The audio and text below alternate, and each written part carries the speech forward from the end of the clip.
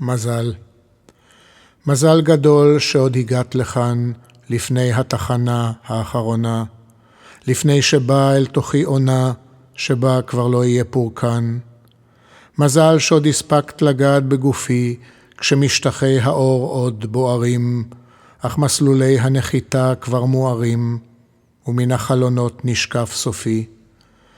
אני שמח שזכינו זה בזו, כאילו שדייל יפה עצר במעבר והציע לי בקבוקונים באריזות, ובכל אחד מהם יש ריח נהדר, אשר עולה ממך בתדירות כזאת, שההווה אינו רוצה להיות עבר.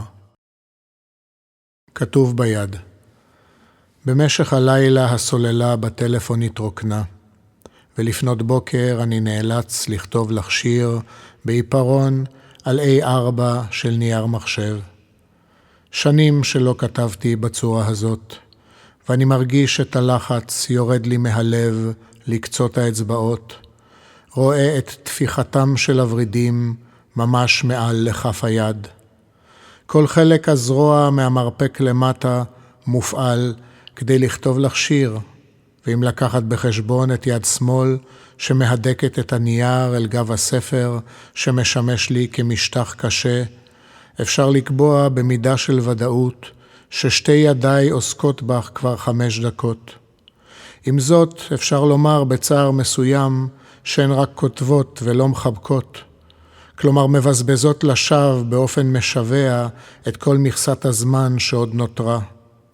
מכאן אולי נולד לו הפיצוי הדל בדמות שורות השיר הזה, אשר אומרות את הדברים החשובים בבהירות גמורה. בקצה. יש משהו שמחכה שם בקצה בין הכיפים, מקום בו לא אהיה קיים כמחשבה חיה. כשיחצה הגבול לא תוענק שנייה בידי מי שמחלק את הקלפים. אני חושב על המקום הזה כל השעות, וכשאני חושב עליו יש בי שמחה. תמיד עדיף למשוך את השמיכה על 2 גופים שקועים בנגיעות. כשבאת אל תוך ימיי הוא נעלם, כאילו לא רדף אותי כל החיים, כאילו לא היה שם מעולם.